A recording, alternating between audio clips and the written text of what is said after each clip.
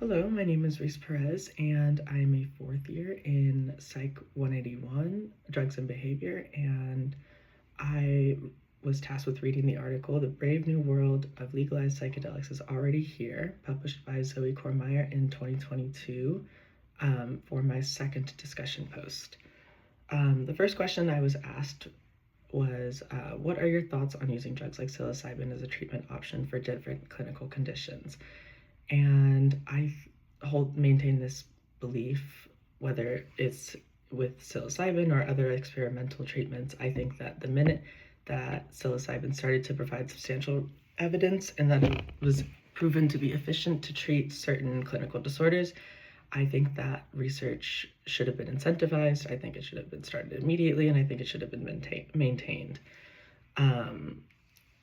Psilocybin has been shown to provide a lot of benefits to clinical conditions like PTSD, depression, and especially addiction. And I think that not exploring what the effects of psilocybin and how it can be administered to patients who are struggling with these very debilitating conditions, I think it should have been necessary and completely incentivized. And I also find it a bit ironic that it was not being able to be used, even though because it was a drug, it was not able to be used, even though it was proven to help people with addiction, which is like one of the main reasons as to why the war on drugs started in the first place.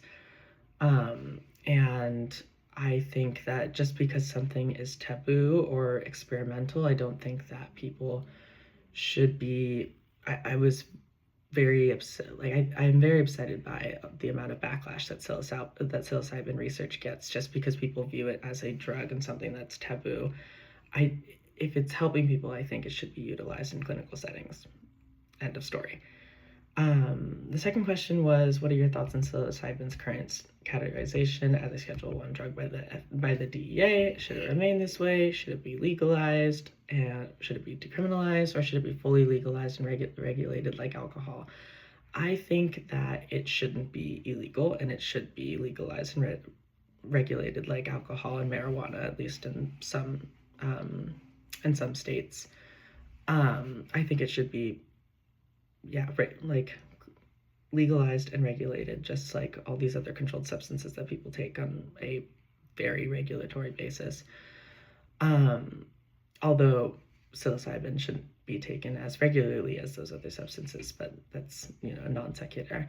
I believe this because it is so much better for you in short and long term compared to many other substances. It doesn't really have, it's very, very difficult to, it's very rare to become addicted to psilocybin comparatively to the other substances that are already controlled and, legalized and regulated like alcohol and marijuana. And also the fact that it provides benefits for people, that should be evidence enough into why it shouldn't be criminalized.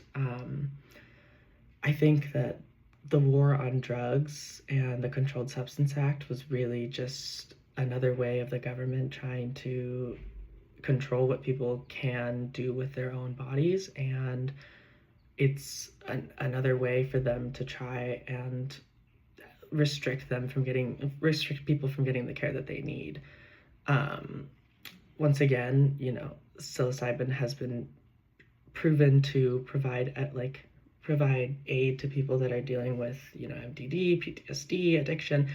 I think that even if it were strictly used in clinical settings, having it regulated and legalized would allow people to, have even easier access to it without having to go through the healthcare system in general, which already has its own plethora of people just having a hard time being able to find the treatments that they need and the treatments that work for them.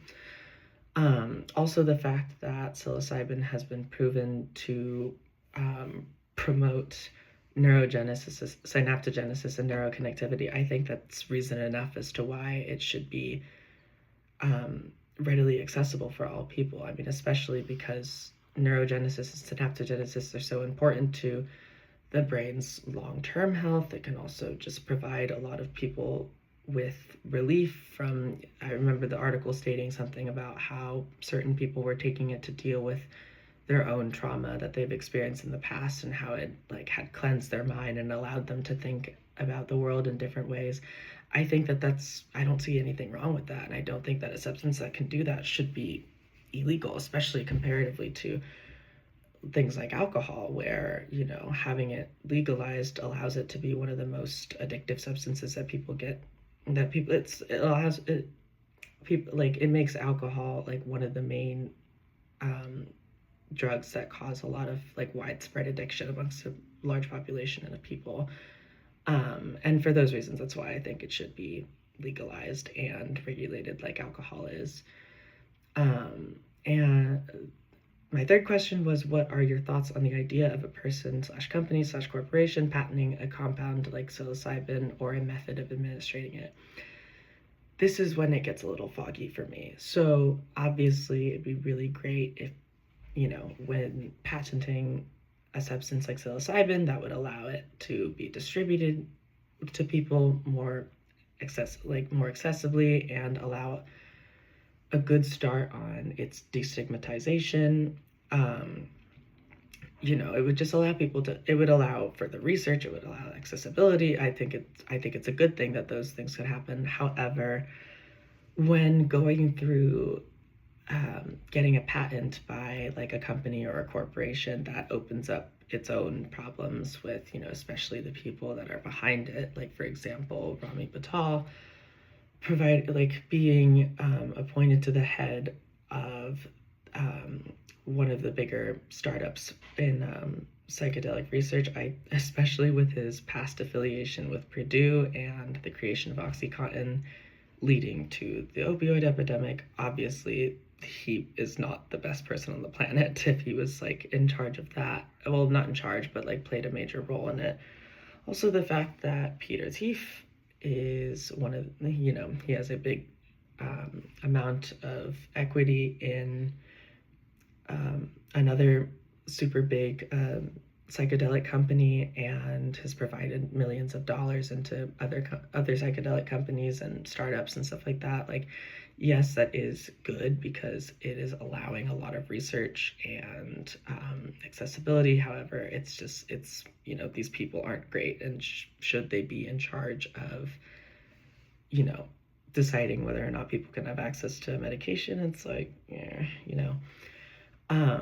But I think that David Nutt probably provided like the best example as to like how I feel about it, how I feel about psilocybin being patented, when he said, if the only way to get that medication is through a for-profit company, then that's how it has to be.